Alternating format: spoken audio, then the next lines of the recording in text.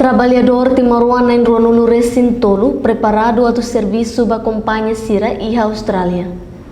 A tua preparação não aumenta conhecimento com a ambiente serviço e Austrália, Secretário de Estado de Formação Profissional no Emprego, Liusi Direção Nacional Emprego Exterior, realiza pré-departur briefing PDB, quinta-feira, semana e a salão ETA Fatu Hadadili. Encontro PDB preside direita o Diretor Nacional Emprego Exterior, Filomeno Soares.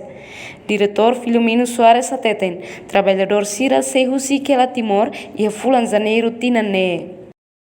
Sira ia para grupo dua, Sira ia grupo ida arranca ia 16 agora, de janeiro, e o grupo ida se arranca ia 16 de fevereiro. 16 não muito mais. 16 de muito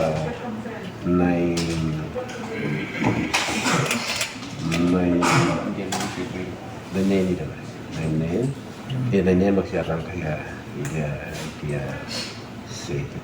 Requisito Sira composto se conhecimento com a língua, experiência, caráter serviço no Simona vacinação AstraZeneca da Rua. Vitorino da Costa, trabalhador nebe da Lima ona retan oportunidade, serviço e Austrália hateten. Oportunidade retan tamba companhia fofier na fatin, baseada prestação serviço durante e Austrália.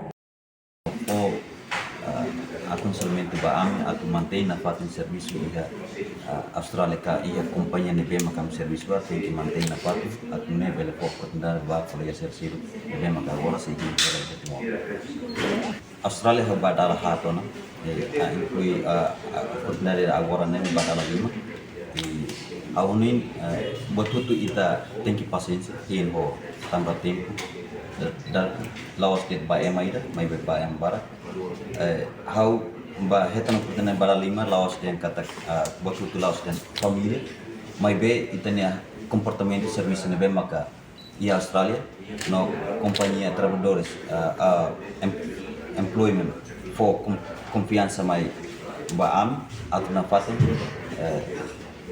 ba serviço na fatin mesmo que ita dan baru kat ba mai be sira haru ka ita narmai antau ita tem que ba na fatin mai be ida nema sana sempurna dia oleh hadiah itania família ita bele investe osan di ita filau Austrália. Trabalhador Sirane seba Austrália e Fulan Janeiro no fevereiro tina rim rua Ronulu Resin rua, a duração contrato máximo Fulan Lima, no mínimo Fulan Ida. Reportagem Celestina Falo, televisão Timor Post.